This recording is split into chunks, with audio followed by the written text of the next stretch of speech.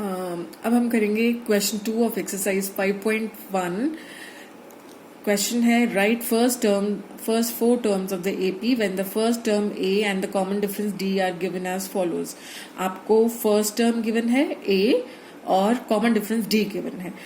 जैसे first part में आपको गिवन है a is 10 and d is also 10। तो जब हम फर्स्ट टर्म लिखेंगे तो a1 is 10, a2 is a1 plus d, that means a1 was 10 and d is also 10, तो a2 कितना है आपका 20। a3 कैसे मिलता है हमें? a3 is a2 plus d, this is equal to a2 कितना निकाला हमने 20 प्लस d कितना है 10, so this is 30। अब आप ये सोचोगे कि ये कहाँ से आ रहा है ना, हमने आप जब एपी की शुरुआत करी थी तो हमने देखा था कि कॉन्जिक्यूटिव टर्म्स के बीच का डिफरेंस हमेशा सेम आता है। तो अगर हमारे पास एक एपी है a1, a2, a3, a4 and so on, तो a2 माइनस a1 जो होगा वही a3 माइनस a2 होना चाहिए। Suppose a2 minus a1 is d is the difference, है ना, कॉमन डिफरेंस, तो a3 माइनस a2 भी क्या होना चाहिए? d ही होना चाहिए। इसी तरह से a4 माइनस a3 भी क्या होना चाहिए? d होना चाहिए। तो यहां से अगर हम कैलकुलेट करें तो a2 will be equal to minus a1 उधर जाएगा तो क्या हो जाएगा a1 प्लस d। इसी तरह से a3 क्या हो जाएगा? a2 plus d। इसी तरह से a4 क्या हो जाएगा? a3 plus d। तो आप देख रहे हैं कि आपको कॉन्जिक्यूटिव टर्म्स क्या मिल रही हैं? प्रीवियस टर्म में आप कॉमन डिफरेंस को ऐड कर रहे हैं। तो a2 आपको मिल रहा है by adding d to a1, a3 आपको मिल रहा है by adding d to a2 and a4 आपको मिल रहा है by adding d to a3 and so on. ठीक है, तो इसी तरह से जब हम यहाँ पर हमने a1 was the first term that was 10, तो a2 हमें मिला a1 में d ऐड करके, दैट मीन्स 10 प्लस 10 20। इसी तरह से a3 हमें मिला a2 में d ऐड करके, दैट मीन्स a2 कितना था 20, तो 20 प्लस 10 इज इक्वल टू 30। इसी तरह से a4 हमें मिला a3 में d ऐड करके, a3 में d ऐड करा मतलब 30 में 10 ऐड करा तो हमें a4 मिला 40। तो हमने इस AP की first four terms find out कर ली। तो फर्स्ट फोर टर्म्स क्या आ रही हैं? 10, 20, 30 and 40। I hope this is clear. तो अब moving on to the second part. Second part क्या है? यहाँ पर a आपका है -2 एंड d इज 0। ठीक है, तो a1 इज -2, a2 हमें कैसे मिलेगा? a1 में d ऐड करके, a1 था -2, d है 0, तो again we are getting -2। a3 हमें कैसे मिलेगा? a2 में d ऐड करके, कॉमन डिफरेंस ऐड करके, a2 कितना था -2, उसमें हमने 0 ऐड किया तो फिर से आपको मिला -2। इसी तरह से a4 आपको मिलेगा a3 में d ऐड करके, so this is equal to -2 plus 0 which is again -2। तो आप देख रहे हैं कि आपके पास जो पहली चार टर्म्स आई हैं वो है -2, -2, -2, -2। ठीक है, तो दिस आप देख रहे हैं कि सारी टर्म्स सेम है ना। तो this is an AP in which the common difference is 0, so there is no change in the terms. हमारी सारी टर्म्स एक जैसी ही आ रही हैं। तो ये पहली चार टर्म्स हमारी हैं -2, this is a constant AP, तो हर बार सेम टर्म्स ही आपको मिलने वाली हैं।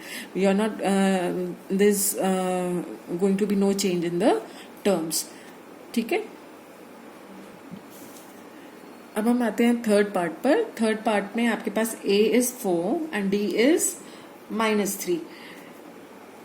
तो a1 is the first term और a1 भी हम इसको कह सकते हैं। तो a1 is 4 and d is -3, तो a2 आपको मिलेगा a1 में d ऐड करके, है ना। a1 वाज 4 और d है आपका -3, तो 4 - 3 इज 1। a3 आपको मिलेगा a2 में d ऐड करके, so this is equal to a3 कितना है आपका? a2 आपका निकला 1, d इज -3, तो ये आपके पास आया -2। a4 आपको मिलेगा a3 में d ऐड करके, a3 हमने कैलकुलेट करा -2 और d हमारा है -3, तो -2 - 3 इज -5। तो first four terms of this AP are 4, 1, -2 and then -5. So this is a decreasing AP. आप देख रहे हैं कि टर्म्स डिक्रीज हो रही हैं, तो ग्रेजुअली जैसे जैसे हम आगे बढ़ते जा रहे हैं टर्म्स डिक्रीज होती जा रही हैं.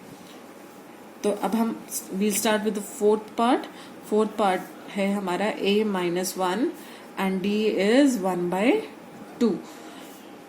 तो हमारा फर्स्ट टर्म है -1. सेकेंड टर्म हम कैलकुलेट करेंगे a1 में d ऐड कर a1 -1 है और d हमारा 1/2. तो जब हम इसको सिंप्लीफाई करेंगे तो this will be -2 + 1. So this is equal to -1/2. a3 हमें मिलेगा a2 में d ऐड करके. a2 हमने कैलकुलेट किया -1/2 और d हमारा है +1/2. तो -1/2 + 1/2 इज 0. a4 हमें मिलेगा a3 में d ऐड करके. a3 हमारा कितना था 0 और d हमारा कितना है 1/2. 0 + 1/2 इज 1/2.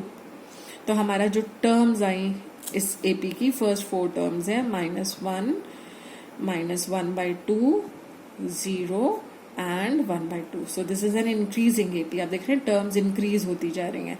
इससे पहले क्वेश्चन में आप देख रहे थे टर्म्स क्या हो रही थी, हर बार डिक्रीज हो रही थी, लेकिन इस पार्ट में हर बार टर्म्स इंक्रीज होती जा रही हैं. Now moving on to the fifth part. यहाँ पर a आपका है -1.25 एंड d इज -0.25. तो a1 आपका जो फर्स्ट टर्म है दैट इज -1.25. a2 आपका है a1 + d. a1 हमारा है -1.25 और d है हमारा -0.25. So this is equal to -1.50. a3 हमें मिलेगा a2 में d ऐड करके. So this is equal to -1.50 -0.25. ठीक है, तो this is equal to -1.75. a4 हमें मिलेगा a3 + d. This is equal to -1.75 -0.25. So this is equal to -2.00. तो हमारे को सिर्फ पहली 4 टर्म्स ही चाहिए थी, तो हम यहीं तक सॉल्व करेंगे, इसको सिंप्लीफाई करेंगे. तो पहली 4 टर्म्स हमारी AP की हैं -1.25, -1.50, -1.75 एंड -2.00. तो आप देख रहे हैं this is a decreasing AP. Terms her bar decrease होती जा रही हैं, है ना. तो this was question 2 of exercise 5.1. I hope आप सबको ये समझ आया होगा और किसी को कोई प्रॉब्लम नहीं होगी इसमें.